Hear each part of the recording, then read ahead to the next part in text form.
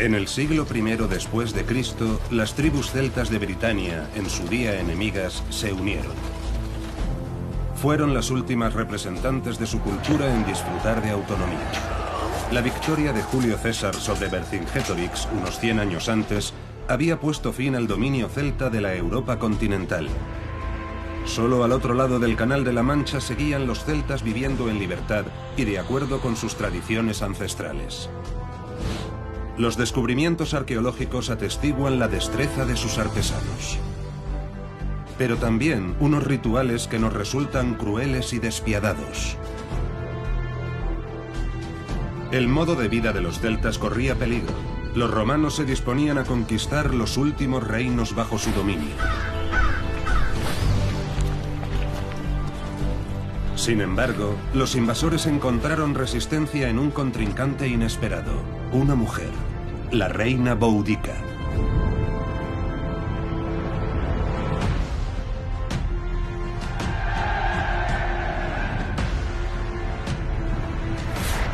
Los celtas. El levantamiento de Boudica.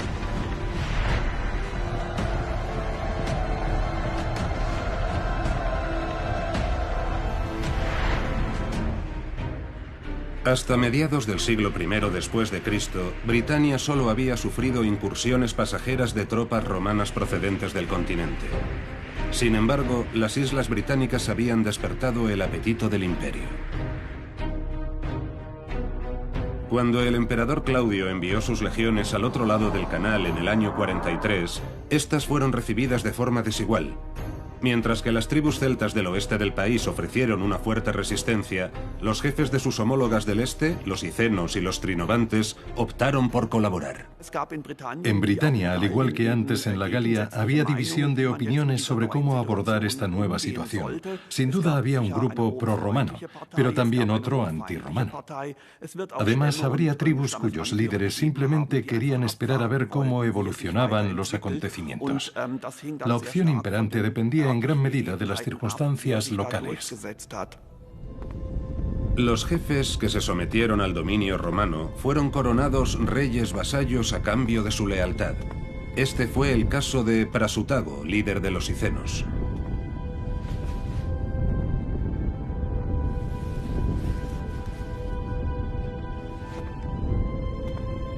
A su muerte en el año 60, Prasutago dejó la mitad de su reino a sus dos hijas engendradas con su reina Boudica. Sin embargo, la otra mitad la legó al emperador romano.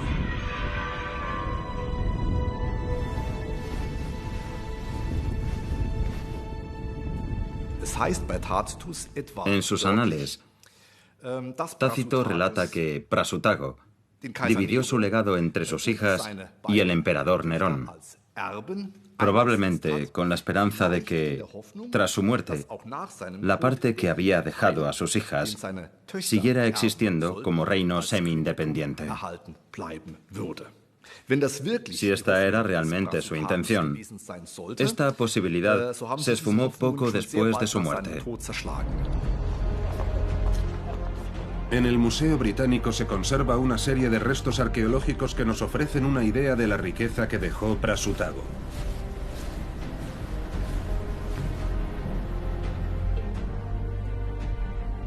Los icenos habitaban la zona en torno al actual Norwich y mantenían una estrecha relación con las tribus celtas del continente. El comercio de larga distancia les había hecho prosperar, como demuestra claramente el denominado Tesoro de Snetsham, un tesoro único descubierto como muchos otros por pura casualidad. En 1948, un agricultor encontró mientras araba unos trozos grandes y gruesos de algo bañado en oro.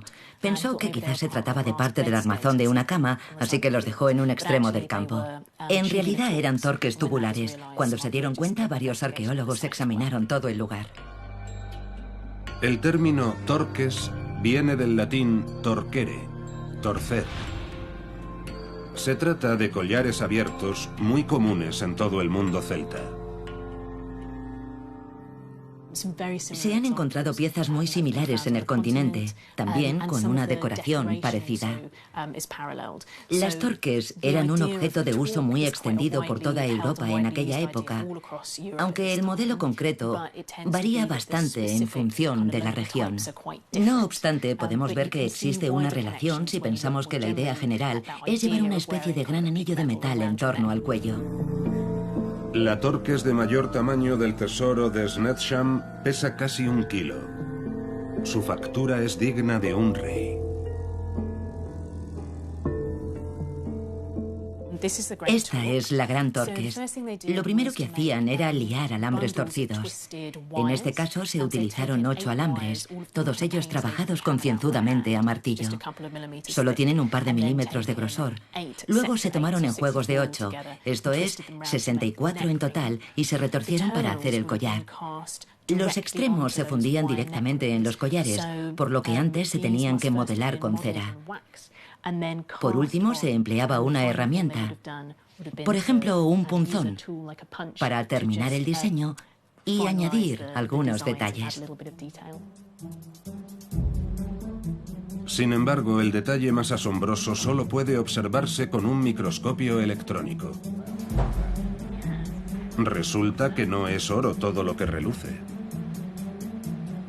Los exámenes han demostrado que los celtas eran maestros en el arte del dorado a fuego, esto es, aplicar una capa de oro a plata, cobre, latón o bronce con la ayuda de mercurio. Se trata de una técnica que, además de una destreza considerable, requiere tener acceso a las materias primas necesarias. Sorprende el mero hecho de que tuvieran acceso a fuentes de mercurio. Probablemente lo importaran del continente. Por ejemplo, sabemos que en España había, pero el hecho de que fueran capaces de saber lo que necesitaban, conseguirlo, traerlo y ejecutar todo el proceso, dice mucho, en mi opinión, de lo avanzados que eran estos pueblos. Tras la muerte de su esposo, la reina Boudica esperaba seguir ejerciendo el control sobre el destino de los icenos. Al fin y al cabo, ¿no se había designado a sus hijas herederas?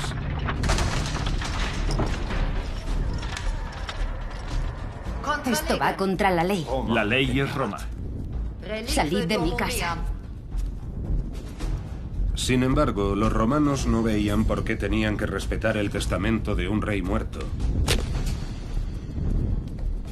Era él quien había sido su vasallo, no su esposa ni sus hijas. Hoy en día sigue siendo un misterio qué llevó al procónsul romano a actuar de esa forma. Solo sabemos que sus actos tuvieron consecuencias de gran alcance.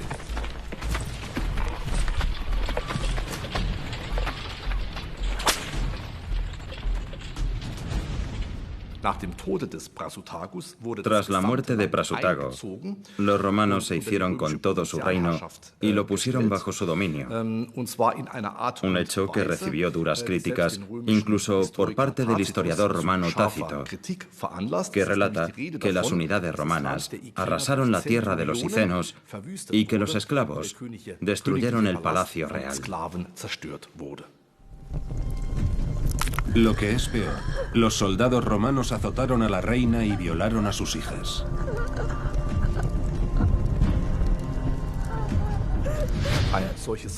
Un acto de esta naturaleza contravenía el concepto romano de ley moderada y justa. Virgilio, el destacado poeta de la época de Augusto, había acuñado en cierta ocasión las siguientes líneas. Tú, romano, recuerda tu misión, ir rigiendo los pueblos con tu mando. Estas serán tus artes: imponer leyes de paz, conceder tu favor a los humildes y abatir combatiendo a los soberbios. Con los icenos, los romanos hicieron justamente lo contrario. Los romanos acabarían pagando muy caro el maltrato de la reina.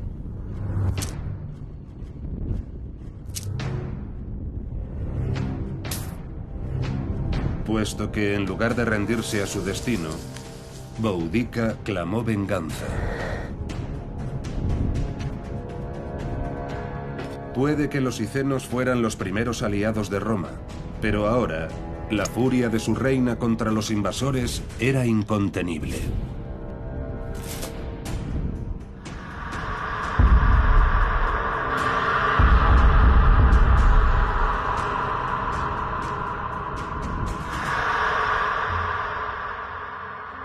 Es posible que Boudica sea la víctima más conocida de la política de ocupación romana, pero desde luego no fue la única. Camulodunum, la actual ciudad de Colchester, se convirtió en otro foco de resistencia. La zona del entorno era el hogar de los Trinovantes, los vecinos al sur de los Icenos. Cuando los romanos pusieron pie en las islas británicas, supusieron por error que Camulodunum era la capital de todo el país. Por ese motivo, decidieron convertirla en modelo de su administración colonial. Un edificio en particular sería la demostración del poder recién establecido. El templo de Claudio era el centro de la religión imperial en Gran Bretaña. Podría equipararse en la actualidad a la Catedral de Canterbury. Este templo, en el que los sacerdotes rendían culto al espíritu del deificado emperador Claudio, era en gran medida un símbolo de la ocupación romana de Gran Bretaña. Y debido a que era completamente foráneo y estaba tan estrechamente vinculado a los conquistadores romanos, contaba con el total rechazo de la población local. El odiado templo ocupaba el emplazamiento en el que en la actualidad se levanta el castillo de Colchester. Esta fortaleza normanda se asienta sobre los cimientos del edificio romano. El levantamiento de sus vecinos icenos debió de ser como una llamada a la movilización para los trinovantes. Por todo el Imperio Romano, el culto a la personalidad casi divina del emperador era una parte integral de la vida diaria. Pero en Britania impulsó la resistencia, una circunstancia que benefició a los icenos.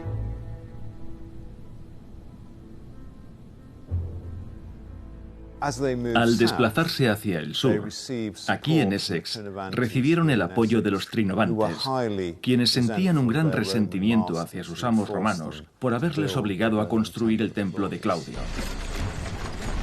Así, a la campaña de venganza de Boudica se fue uniendo un creciente grupo de pueblos descontentos. Juntos marcharon sobre Camulodunum, el centro de la administración romana, con su templo como símbolo máximo de opresión.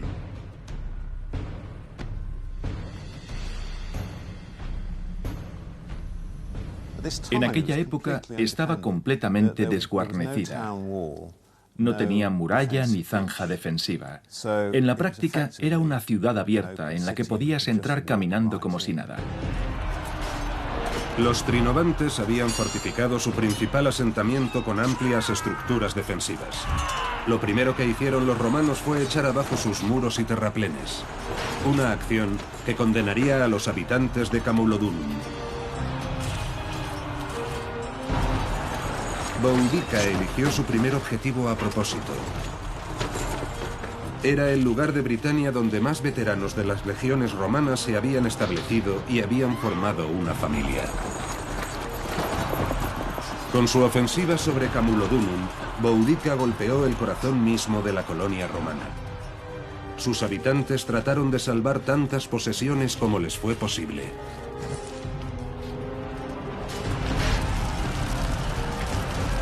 Sin embargo, no tuvieron escapatoria ante unos celtas superiores en número que no mostraron piedad.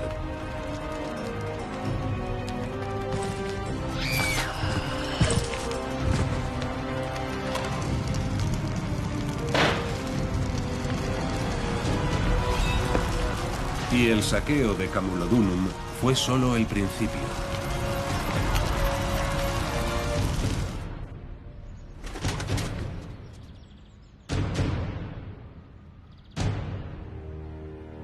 Hoy en día todavía es posible encontrar por la ciudad pruebas de la furia celta. Muchos de los edificios actuales se elevan unas pocas capas por encima de sus predecesores. En el sótano del George Hotel, la devastación provocada por los rebeldes todavía es apreciable a simple vista.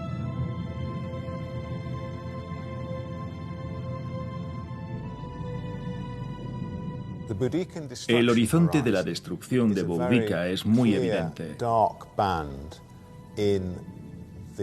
Es una franja oscura en el terreno que puede verse con frecuencia en las excavaciones arqueológicas. Está compuesta por los restos quemados de edificios de adobe y cañas, y es casi totalmente negra. Se trata de un vestigio asombroso de este hecho histórico acaecido en Colchester.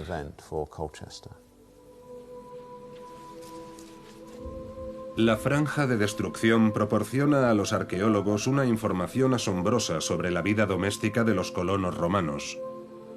Entre los restos se han conservado abundantes artefactos, recordatorios elocuentes de la noche en la que se vino abajo el mundo de sus propietarios.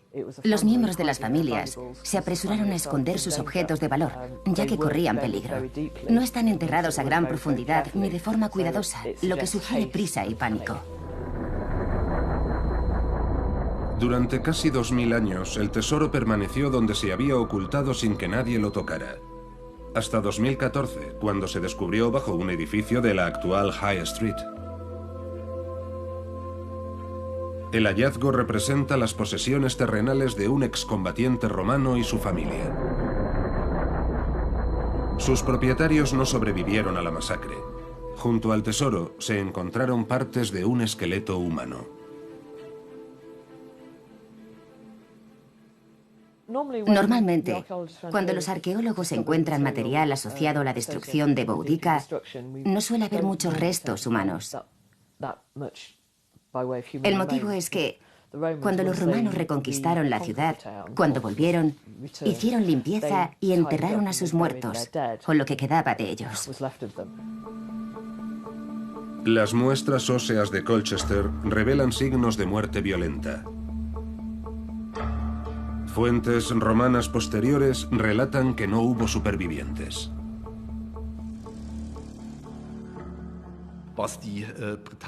Hay un pasaje en los Anales de Tácito sobre el levantamiento de Boudica, en el que afirma que los britanos dieron muerte a 70.000 romanos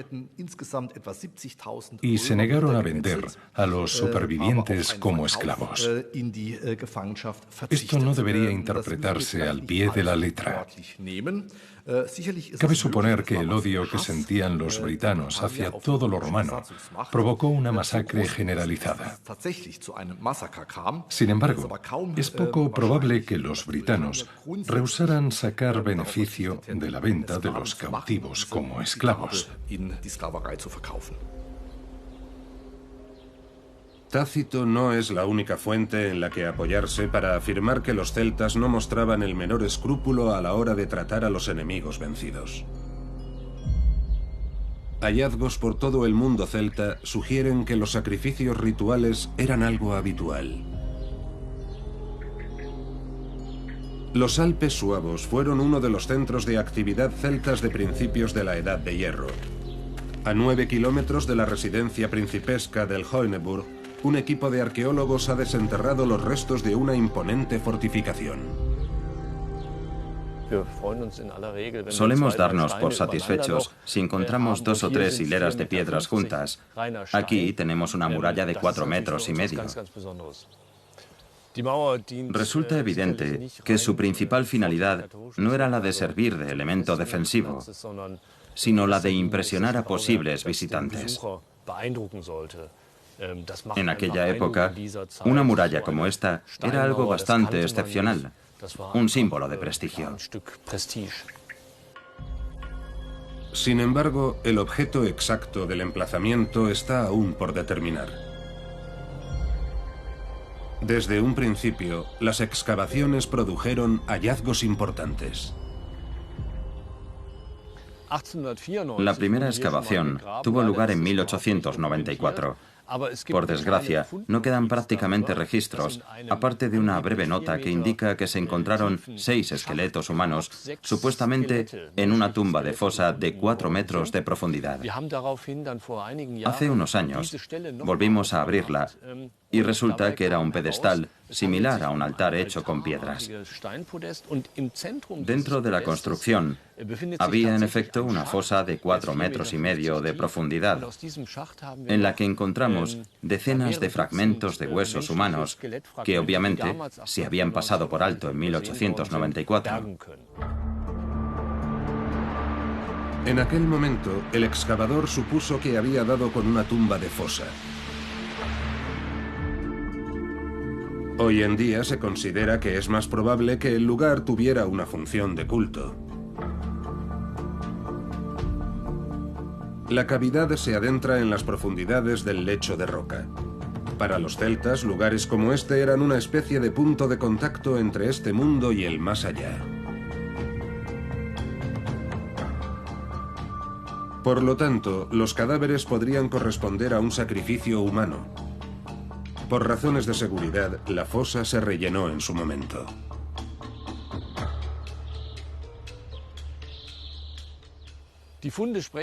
Los hallazgos sugieren que en el lugar no se realizaban actividades triviales.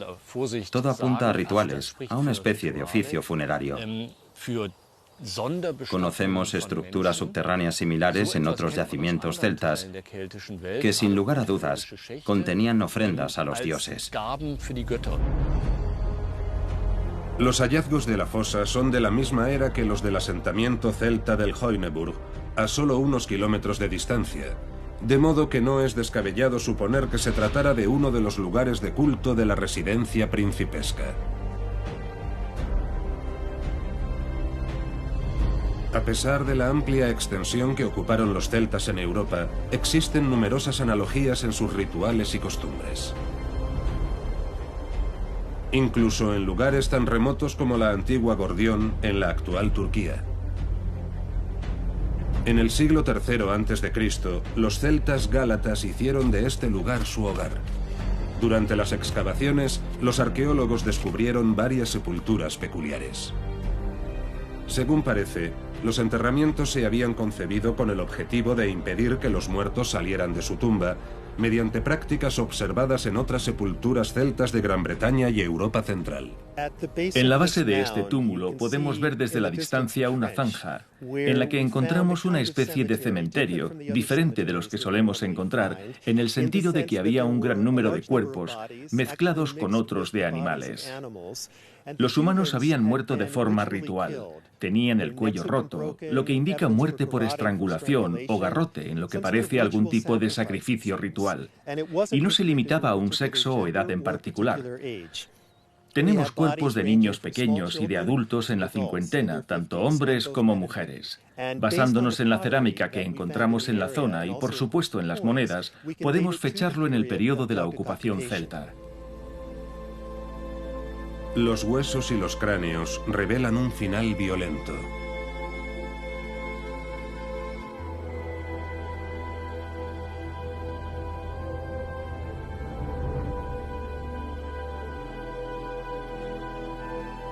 Las piedras apiladas sobre los cadáveres tenían como finalidad impedir que pudieran salir de sus tumbas si resucitaban.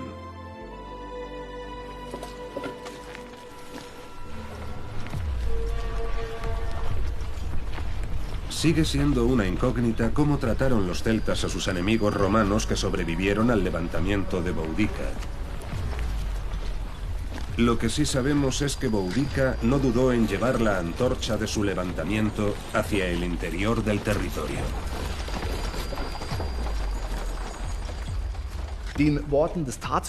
De acuerdo con Tácito, el levantamiento se inició con los sicenos en el sudeste de Britania.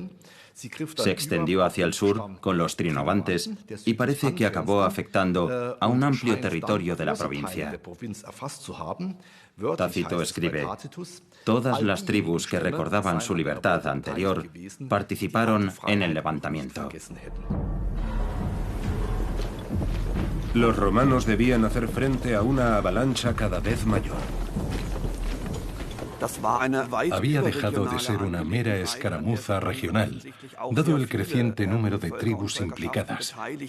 A Boudica se le empezaron a unir quienes previamente habían sido meros espectadores a la espera de la evolución de los acontecimientos. Esto ya no era uno de los pequeños levantamientos locales que solían producirse en determinadas partes del Imperio Romano. Los insurgentes marcharon hacia el sur, en dirección a la ciudad romana de Londinium.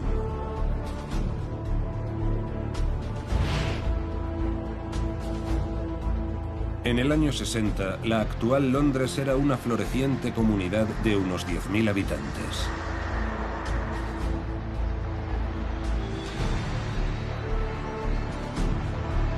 Debido a su localización estratégica a orillas del río Támesis, la ciudad había atraído a numerosos comerciantes que prosperaban bajo el nuevo régimen hasta convertirse en el principal lugar de intercambio de artículos al otro lado del Canal de la Mancha. Nadie podía prever que acabaría convirtiéndose en el centro de un imperio que se extendería por todo el planeta. Mucho menos cuando los furiosos celtas se cernieron sobre la ciudad con intención de destruirla. Al igual que en Camulodunum, los habitantes romanos fueron masacrados y sus casas incendiadas. Londinium fue pasto de las llamas. Boudica y sus guerreros apenas encontraron resistencia, ya que la ciudad no estaba fortificada, por lo que pudieron saquearla a sus anchas, en gran medida porque las legiones del emperador habían partido hacia otra parte de la provincia.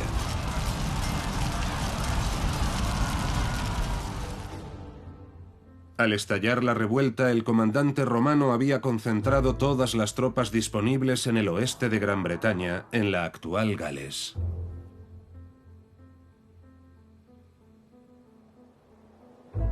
Esta región montañosa se había convertido en refugio seguro para quienes no estaban dispuestos a rendirse a la ocupación romana. El nuevo procónsul de Britania, Cayo Suetonio Paulino, había asumido el cargo en el año 58, decidido a sofocar esta última bolsa de resistencia celta y pacificar la provincia de una vez por todas. Entre sus principales objetivos estaban los druidas. En pocas palabras, los druidas eran los sacerdotes que custodiaban la religión celta. Su deber era llevar a cabo ritos y rituales, pero es probable que también participaran activamente en la impartición de justicia y que por tanto fueran responsables de mantener y perpetuar las normas culturales. Indicaban cómo dirigirse a los dioses, la forma adecuada de realizar ofrendas, las oraciones y los cánticos adecuados para cada ocasión. Cabe imaginar que todo esto era ámbito de los druidas. Sin embargo, los romanos estaban convencidos de que los druidas eran la columna vertebral de la resistencia celta. Su bastión era, de acuerdo con la inteligencia romana, la isla de Mona, la actual Anglesey, a la que un pequeño estuario separa del resto de Gales por el extremo noroeste. Paulino, el comandante romano, ordenó construir barcos en los que transportó a su infantería hasta la isla. Se dice que su caballería, los jinetes y los caballos, llegaron a la isla caminando por las aguas poco profundas o a nado. En batalla a campo abierto, el ejército más poderoso de aquellos tiempos era prácticamente invencible. Sus legionarios no tenían miedo a combatir, pero sí a los rituales celtas y a los hombres que los llevaban a cabo, los druidas.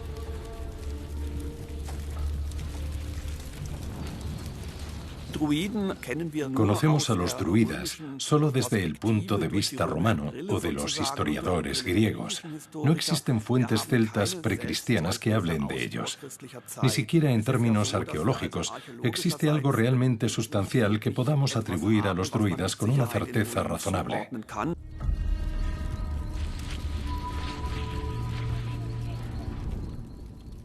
Los escritores griegos y también algunos romanos catalogaron a los druidas como filósofos de los celtas. Y dado que en la tradición de la antigüedad se presuponía que los filósofos tenían una larga barba, se supuso que con los druidas sucedía lo mismo. Los fundamentos de su religión se basaban en una amplia variedad de conocimientos de todo lo sagrado. Para protegerla, los druidas lo memorizaban todo. En sus comentarios a la Guerra de las Galias, Julio César menciona un periodo de aprendizaje de 20 años para que un hombre alcance el estatus de druida. En la actualidad, se considera que los druidas eran hombres de gran conocimiento.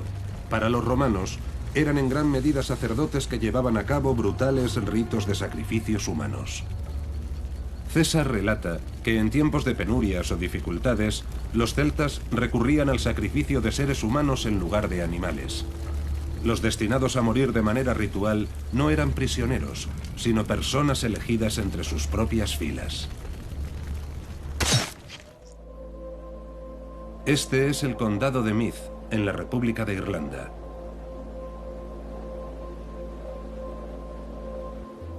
La práctica celta de sacrificar seres humanos ha dejado rastro en las ciénagas.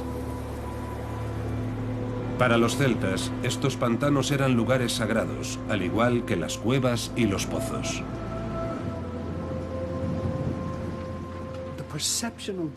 Las ciénagas se consideraban una entrada al otro mundo.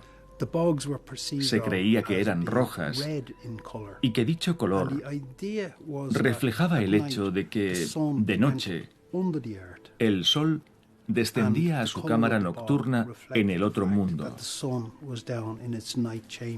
De modo que, en tiempos ancestrales, en estos lugares se realizaban actividades rituales. Se han encontrado cadáveres momificados en numerosas ciénagas del mundo celta.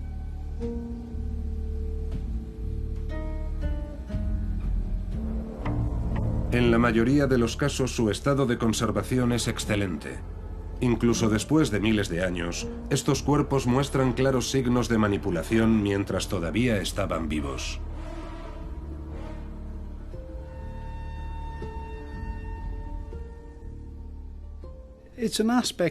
El motivo es la propia turba en la que se colocaron los cuerpos.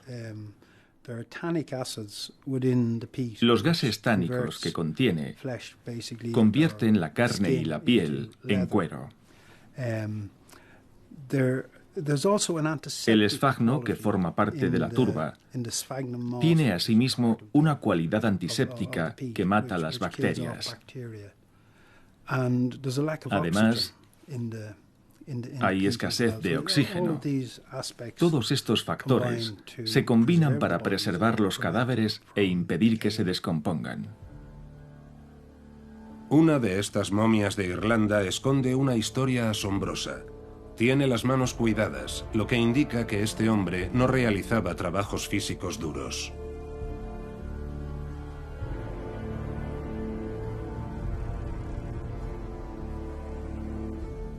Las incisiones revelan que tanto la cabeza como la parte inferior del cuerpo se amputaron deliberadamente del torso. El brazo izquierdo está adornado con una correa de cuero trenzada. Por lo demás, no había restos de prendas.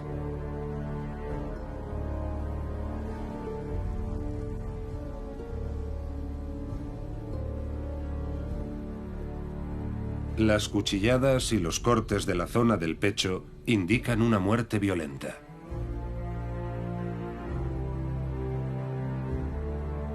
¿Sufrió este hombre el mismo destino que el hombre de Clonycavan, que debe su nombre al lugar en el que se encontró?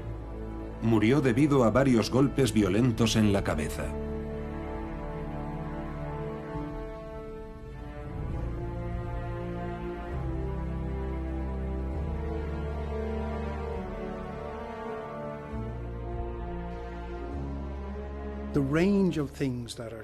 Todo lo que rodea a la muerte de estas personas es demasiado complejo para considerarse una ejecución de simples delincuentes. Sabemos que a los delincuentes se les cogía y se les ahorcaba. Eso es lo que vendrían a sugerir las referencias de las fuentes más antiguas. Simplemente cogían al delincuente, lo ahorcaban y lo enterraban. Sin embargo, la mayoría de las momias de los pantanos muestran signos de heridas múltiples. Casi siempre salen a la luz debido a la extracción de turba para uso comercial, un proceso que a menudo provoca graves mutilaciones en los cadáveres, tal y como sucedió en diciembre de 2012 cuando se extrajo de una ciénaga al hombre de Moydrum. Aunque solo parte de su cuerpo se ha conservado intacto, en los intestinos albergaba algo sensacional.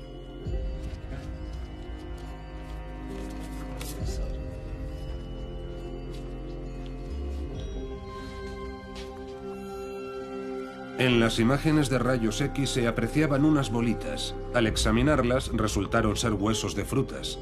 Y no se trataba de un puñado de frutas al azar. Según parece, el estómago se rellenó con una variedad concreta.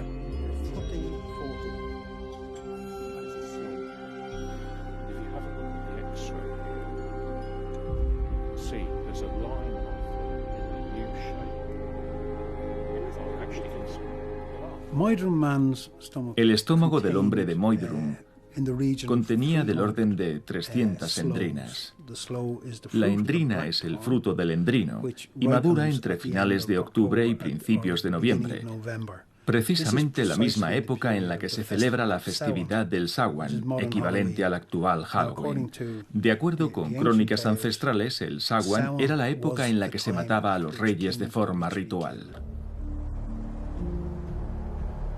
Eamon Kelly supone que estas momias de las ciénagas eran reyes o aspirantes al trono que no estuvieron a la altura de lo que se esperaba de ellos, de modo que se ofrecieron como sacrificio a los dioses.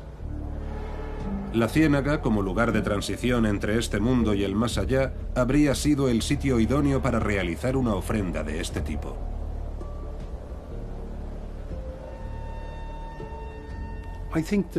Creo que el sacrificio ritual de estos reyes debía de correr a cargo del estamento sacerdotal, los druidas. Eran los especialistas religiosos de aquella sociedad.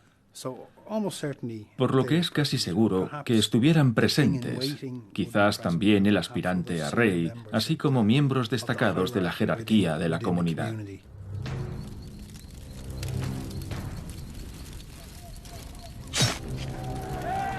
Los romanos estaban decididos a poner fin a estos rituales. Todos los druidas de la isla de Mona fueron capturados y asesinados.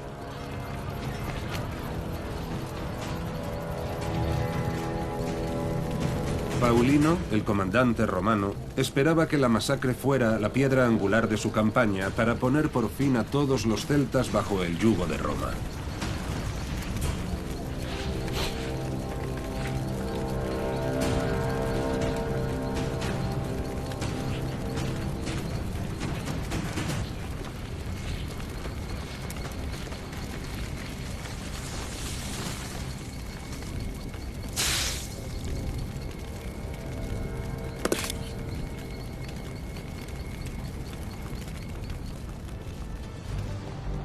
El grado de estima del que disfrutaban los druidas y jefes dentro del mundo celta puede medirse observando las residencias principescas.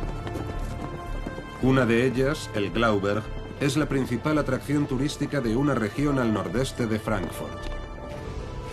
Aunque ya existían asentamientos en el lugar en el año 4500 a.C., su apogeo vino en el siglo V a.C. de la mano de los celtas, quienes convirtieron la colina en un paisaje de culto. Lo que hace que el Glauberg sea tan importante es el denominado camino procesional. Consta de dos zanjas paralelas, cada una de 7 metros de ancho y 3 de profundidad. Entre ambas hay una especie de camino de 10 metros de ancho y unos 350 metros de largo que recorre el paisaje y corona un risco. Por lo que cabe suponer que estamos ante un área dedicada en su totalidad a ritos y ceremonias culturales. Los arqueólogos suponen que el lugar se dispuso en torno a un túmulo funerario de 6 metros de altura. En 1994 los excavadores descubrieron dentro del túmulo la tumba de un personaje ilustre.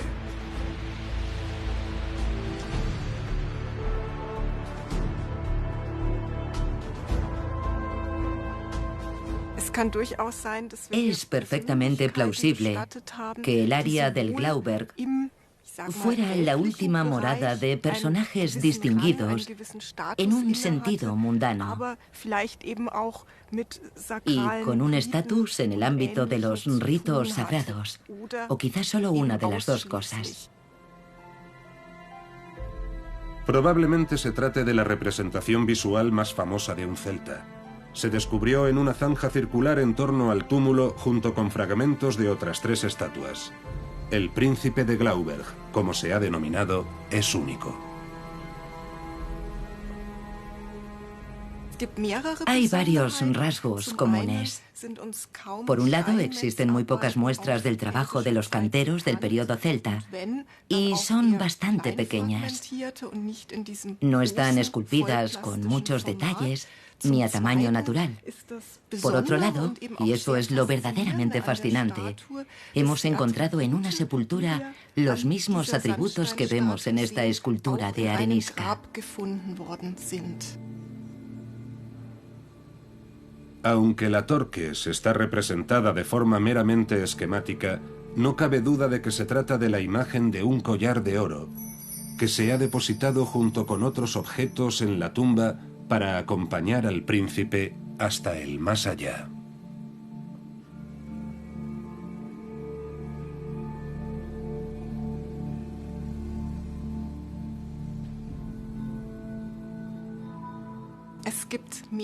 Hay varios conjuntos de ofrendas. Por un lado están lo que yo denominaría las joyas personales del fallecido. Un collar de oro, pendientes de oro, un anillo y varios brazaletes, uno de ellos de oro, y el resto de bronce. Después están los objetos relacionados con actividades marciales. Una espada, un escudo y un arco con flecha, probablemente para cazar.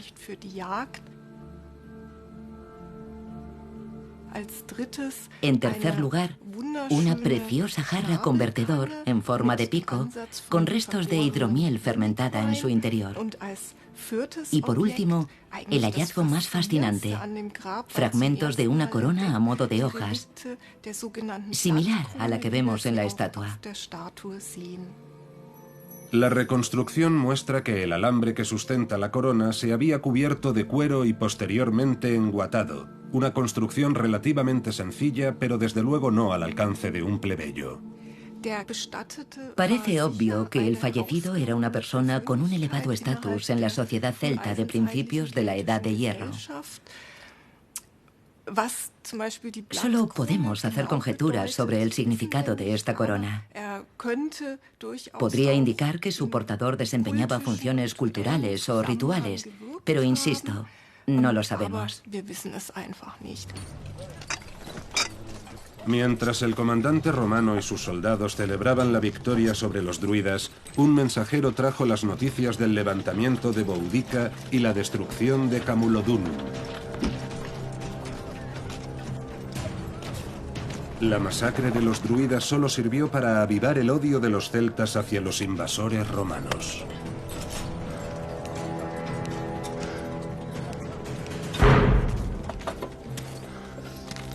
Sin tiempo que perder, Paulino ordenó a sus legiones levantar de inmediato el campamento y marchar hacia el sur.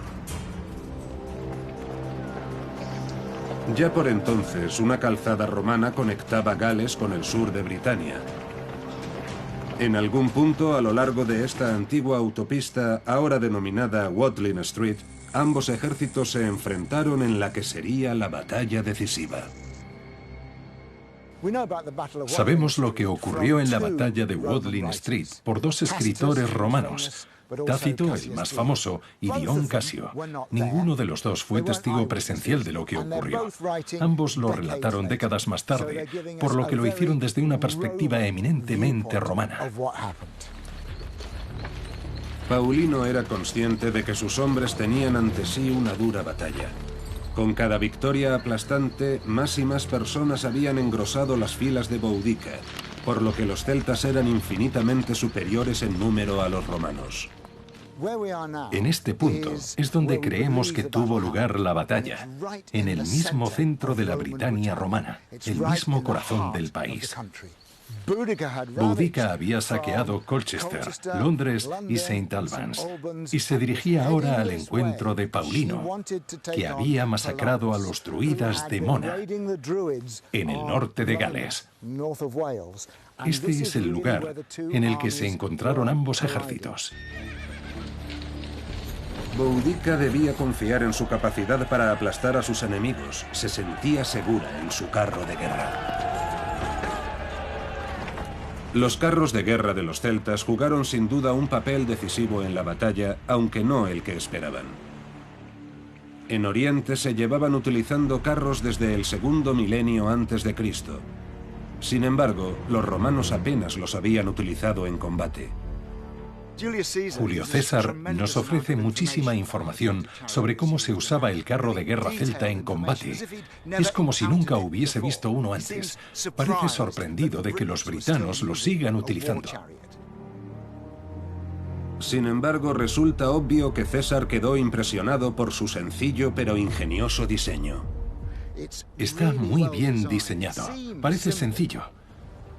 Tiene esta plataforma resistente y estos arcos que parecen haberse diseñado de forma aleatoria. Pero imaginemos que soy un guerrero y que mi intención es lanzar una jabalina tal y como nos cuenta César. Pongo este pie aquí y aquí la rodilla. La tengo apoyada en 3 puntos. Es una posición muy cómoda y estable para lanzar una jabalina. Y si viene el enemigo por allí, simplemente me apoyo en el otro lado y la lanzo. En cada carro viajaban 2 hombres, el auriga y el guerrero.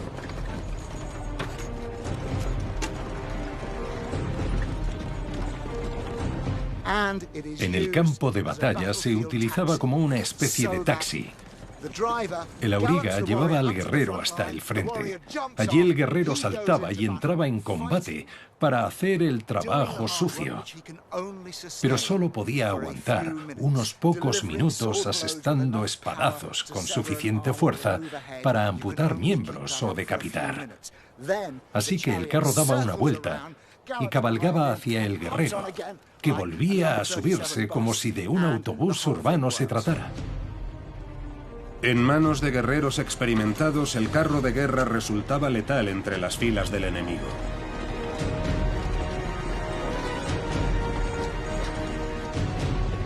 Sin embargo, solo era útil en superficies planas y abiertas. Con un enemigo como los celtas, los romanos debían asegurarse de enfrentarse a ellos en un lugar propicio.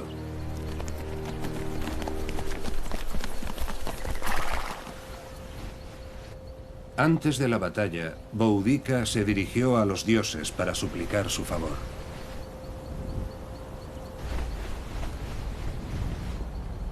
El historiador romano Dion Casio relata que primero invocó a la diosa reina Andraste y que después soltó una liebre para observar la dirección en que corría, que marcaría el resultado de la batalla.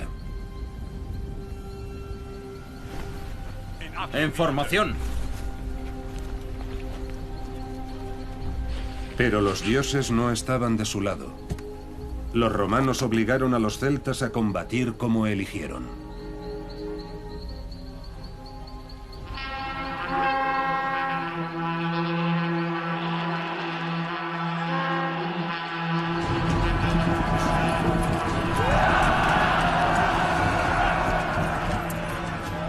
El bosque hacía imposible el uso de carros de guerra.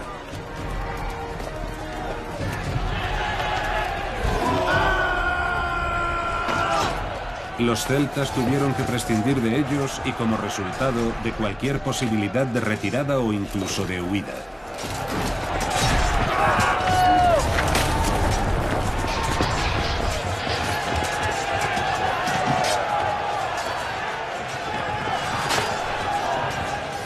A pesar de ser superiores en número, los celtas sufrieron una derrota aplastante a manos de las legiones de Paulino.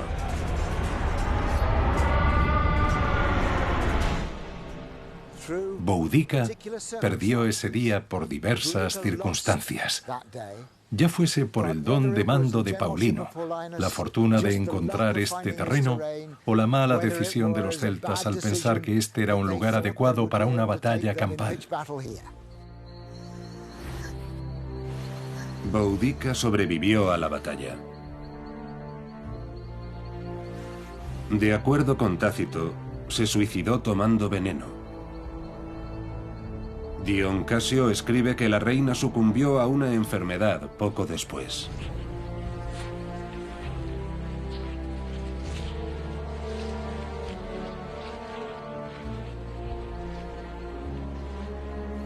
Sin embargo, una cosa es segura: su levantamiento fracasó. Fuesen cuales fuesen las razones, fue una derrota tan aplastante que Roma conquistó estas islas y las dominó durante 400 años. Como consecuencia, ahora vivimos en una estricta sociedad romana. Siguieron existiendo restos de la cultura celta en las zonas más inaccesibles del noroeste de Gran Bretaña, así como en Irlanda y en Bretaña, donde aún se conservan en la actualidad.